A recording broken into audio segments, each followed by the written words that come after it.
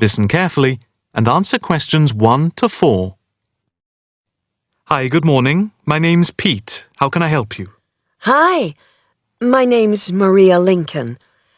I understand you hire out rooms in the community centre as venues for parties? Yes, we do.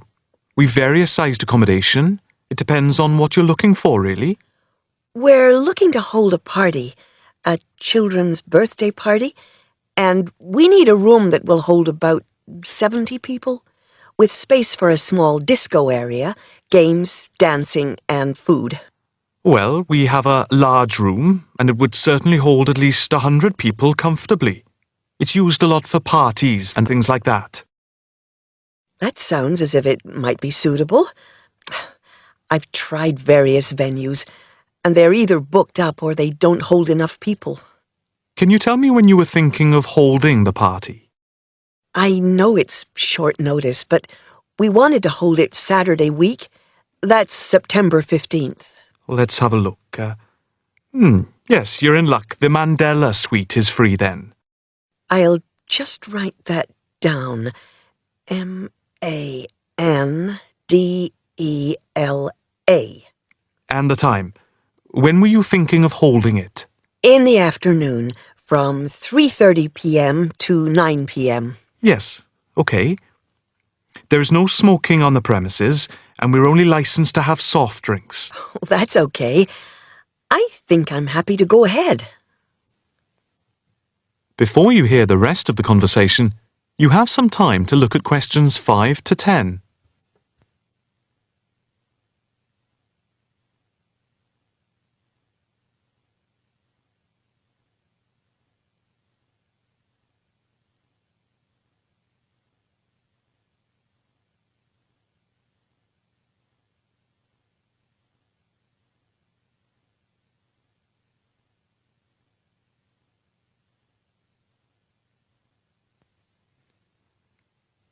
Now listen and answer questions 5 to 10.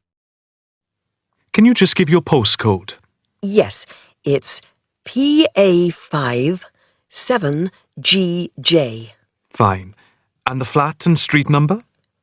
It's flat number 40, and the street number is 35. Okay, so that's flat 40, 35 Beaches Street. Yes, that's right. And a contact number? My landline is 223279 with the code. But I'll give you my mobile number, which is 07897 293381. Okay, 293381. Can you tell me how much it will cost? It's quite reasonable, actually. It's £115 for the hire of the room, with tables and chairs. But if you want to hire disco equipment, we've got a basic system with speakers and other equipment for £25. But there is no technician around in case anything goes wrong. And of course, it's optional. That would save us carting something from home, but maybe we should bring a spare sound system just in case.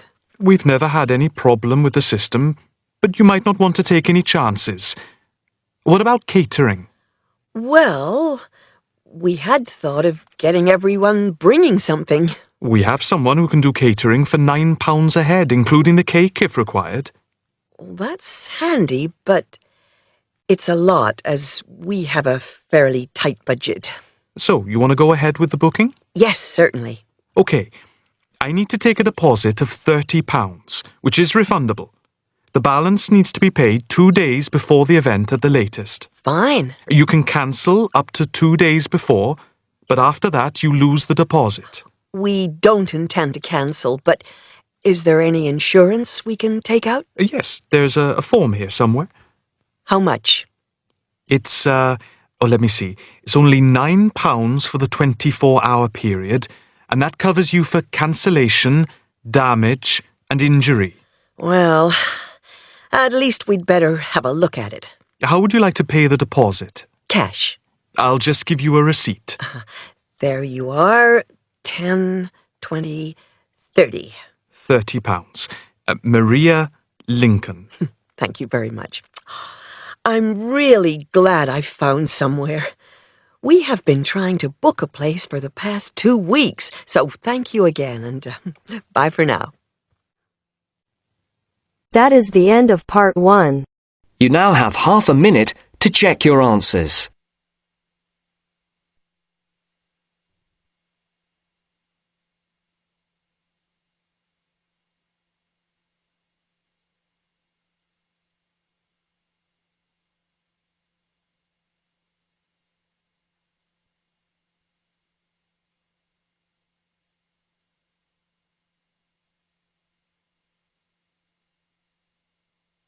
Now turns to part 2. Part 2. You will hear a guide giving instructions to a group of international students in Canada preparing for a whale watching trip. Before you hear the talk, you have some time to look at questions 11 to 16.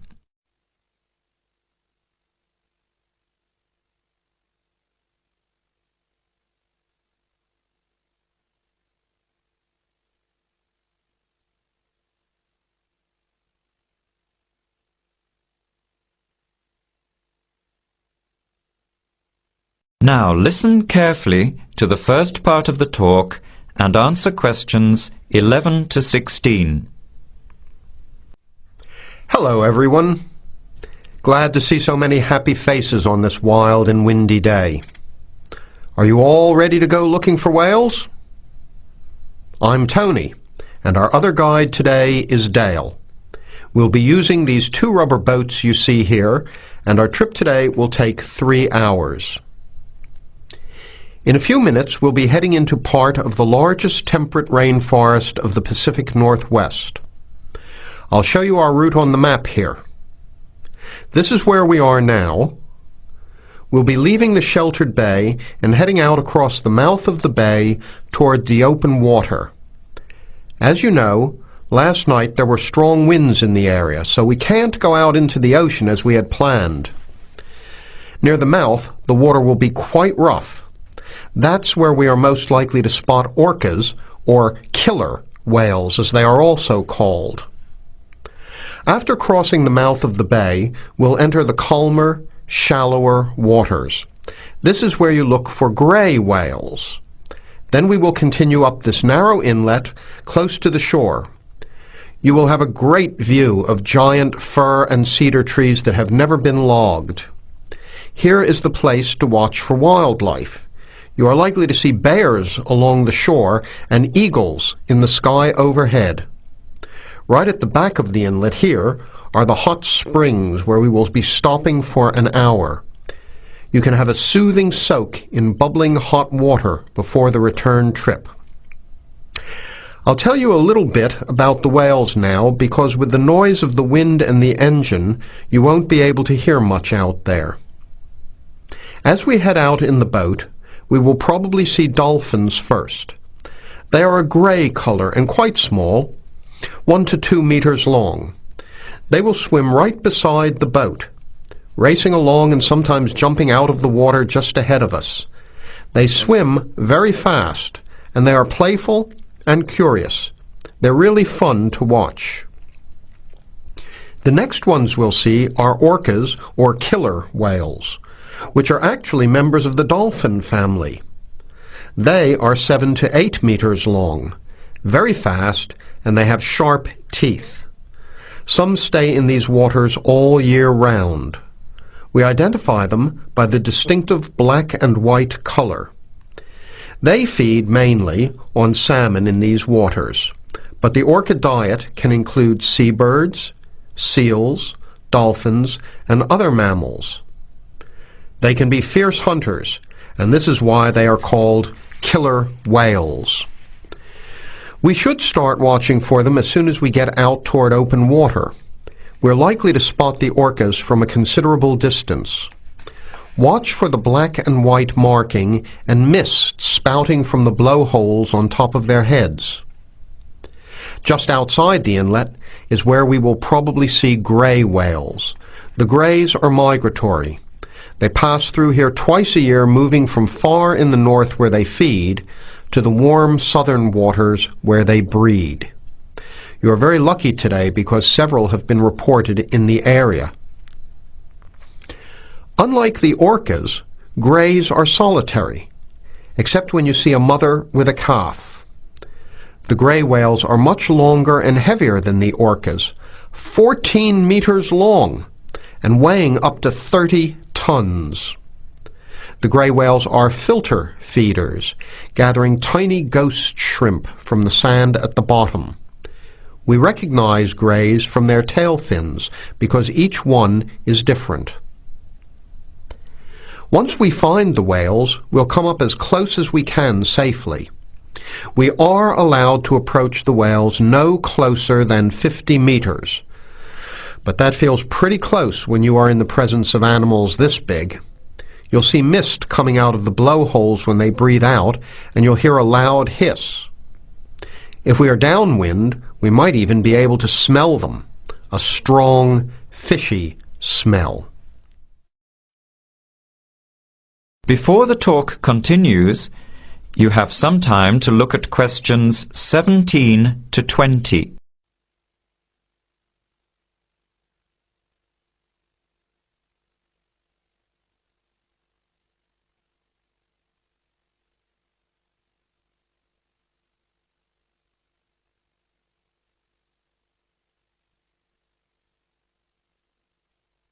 Now, as the talk continues, answer questions 17 to 20. Now, for just a few words of caution. It will be quite bouncy out there, especially in the front of the boat.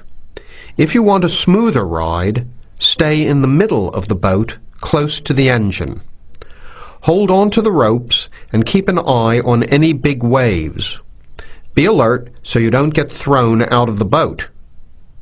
In case of an emergency, you are all wearing survival suits. They'll keep you warm and dry in or out of the water. They are bright orange for visibility. The water temperature is around 8 degrees. Without these suits, you would only last a few minutes in this cold water. With these suits, your survival time is increased dramatically. They will keep you upright in the water even if you can't swim. But we don't expect anybody to end up in the water, so don't worry. Now, are there any questions? I'm afraid of getting seasick. Right. I was just coming to that. If you think you might get seasick, take one of these patches and put it on your arm at the wrist, like this. It works on pressure points of the body and will relieve seasickness without the drowsiness you can get from pills. Are there any other questions? All right then, let's start loading up the boats. We leave in 5 minutes.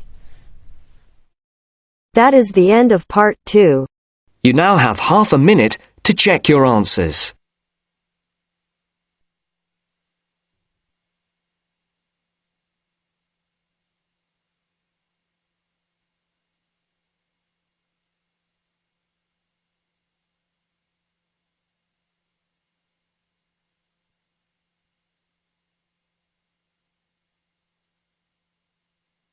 Now turns to part 3. Part 3. You will hear a student union officer's speech. First, you have some time to look at questions 21 to 25.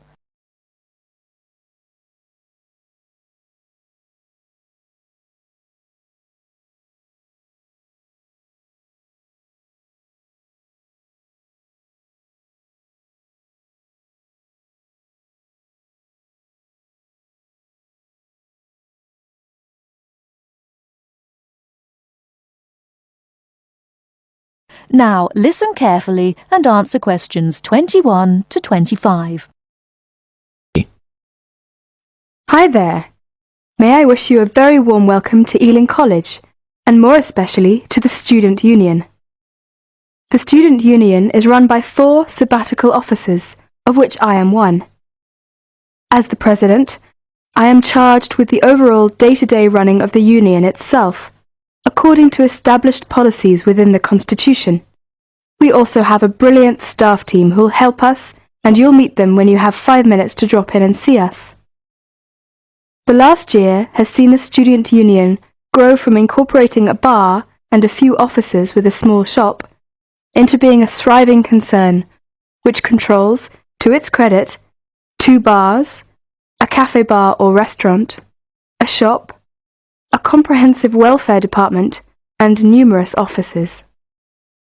All this has been achieved by sheer hard work and dedication on the part of last year's sabbatical team and staff, who overcame many obstacles and teething problems, but won through in the end. This year, our aims as a team will be to consolidate on what has already been achieved, and to secure the future of the Union. With the new post of Vice President, Social and Communications, our main emphasis will be on communications within the college, which has always proved a problem in the past, but one which we hope to improve upon this year. One way will be the regular publication of a student union magazine, so all you budding journalists, come on down. Before you hear the rest of the talk, you have some time to look at questions 26 to 30.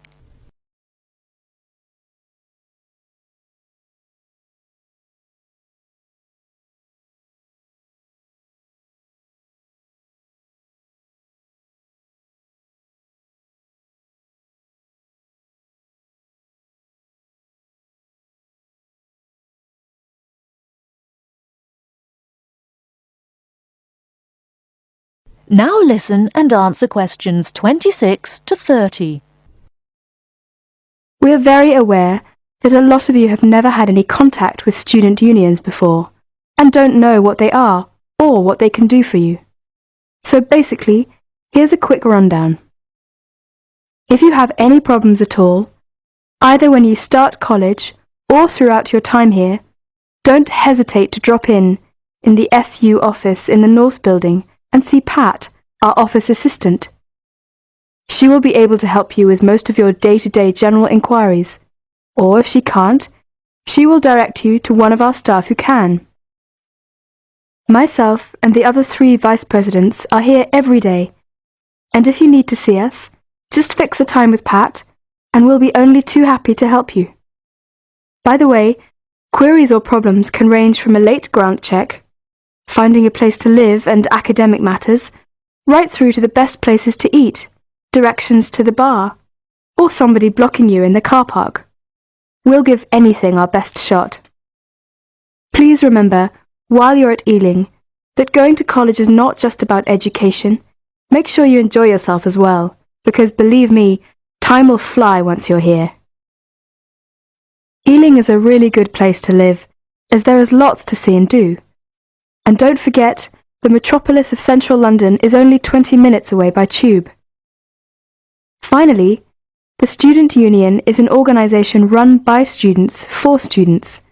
So if there is anything you don't agree with, or you have any new ideas, please come along to the Union General Meetings and don't be afraid to speak up.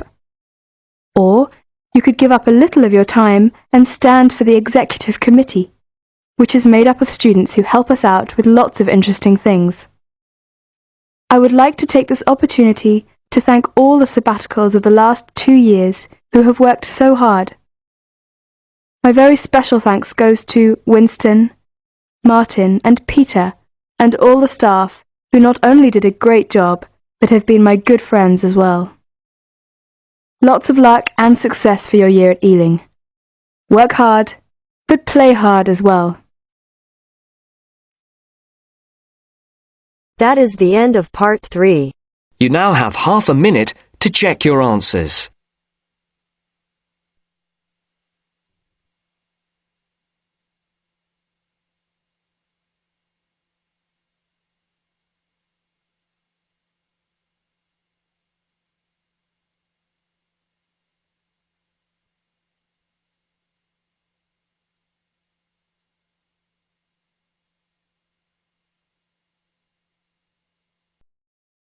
Now turns to part 4.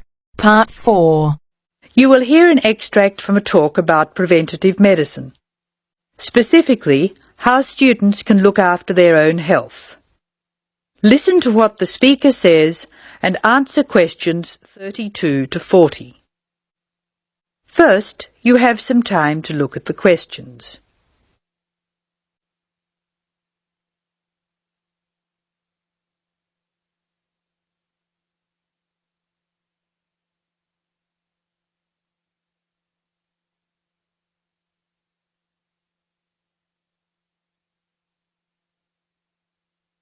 Now listen carefully and answer questions 32 to 36. Good morning. I'm Dr. Pat Parker, and I'm here to talk to you about preventative medicine in its widest and most personal aspects. In other words, I'm here to tell you how the patient should wrest control of their health away from the practitioners of medicine and take charge of their own medical destiny. I want to talk about staying out of the hands of the doctor. When the patient takes responsibility for her or his own health, and let's decide the patient is male for now, men are in fact more at risk than women anyway, when the patient takes over his own health regime, he must decide what he wants to do. The first thing, of course, is to give up the demon nicotine. Smoking is the worst threat to health, and it's self-inflicted damage. I have colleagues who are reluctant to treat smokers. If you want to stay well, stay off tobacco and smoking in all its manifestations. Our department has recently completed a survey of men's health. We looked at men in different age groups and occupations, and we came up with a disturbing insight. Young men, particularly working-class men, are at considerable risk of premature death because of their lifestyle. As a group, they have high risk factors. They drink too much alcohol, they smoke more heavily than any other group, their diet is frequently heavy in saturated fats, and they don't get enough exercise. We then did a smaller survey in which we looked at environmental factors which affect health. I had privately expected to find air or water pollution to be the biggest hazards, and they must not be ignored. However, the effects of the sun emerged as a threat which people simply do not take sufficiently seriously. Please remember that too much sunlight can cause permanent damage. Given this information, and the self-destructive things which people, particularly young men, are doing to themselves, one could be excused for feeling very depressed. However, I believe that a well-funded education campaign will help us improve public health standards and will be particularly valuable for young men. I'm an optimist. I see things improving, but only if we work very hard. In the second part of the talk, I want to consider different things that you as students can do to improve your fitness.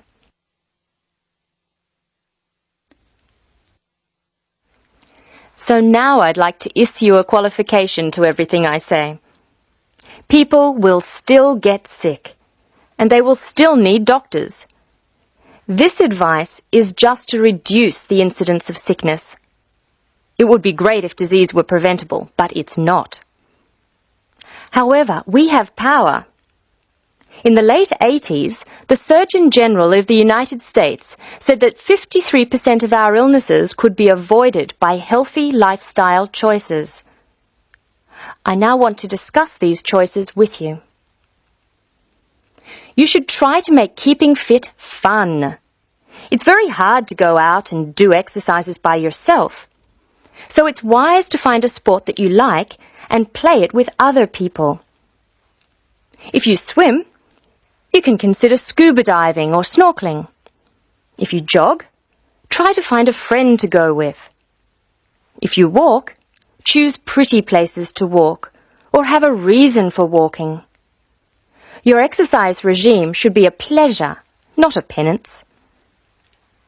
The university is an excellent place to find other people who share sporting interests with you, and there are many sports teams you can join.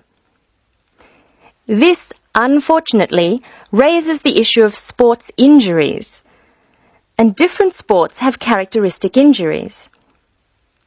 As well as accidental injuries, we find repetitive strain injuries occurring in sports where the same motion is frequently performed, like rowing and squash. The parallel in working life is repetitive strain injury which may be suffered by typists or other people who perform the same action hour after hour, day after day. In this context, therefore, the most important thing to remember before any sport is to warm up adequately. Do stretching exercises and aim at all times to increase your flexibility. Be gentle with yourself and allow time to prepare for the game you have chosen to play. Don't be fooled by the term warm-up, by the way. It's every bit as important to do your warm-up exercises on a hot day as on a cool one. I think one of the most sensible and exciting developments in the reduction of injury is the recognition that all sports can borrow from each other. Many sports programs are now encouraging players to use cross-training techniques. That is, to borrow training techniques from other sports. Boxers have been using cross-training for years, building up stamina by doing road work and weight training while honing their skills and reflexes. Other sports, which require a high level of eye-hand coordination, are following this trend. So, you see table tennis players running and jogging to improve their performance, and footballers doing flexibility exercises, which can help them control the ball better. All of these results are good, but the general sense of well-being is best, and is accessible to us all, from trained athletes to people who will never run 100 metres in less than 15 seconds.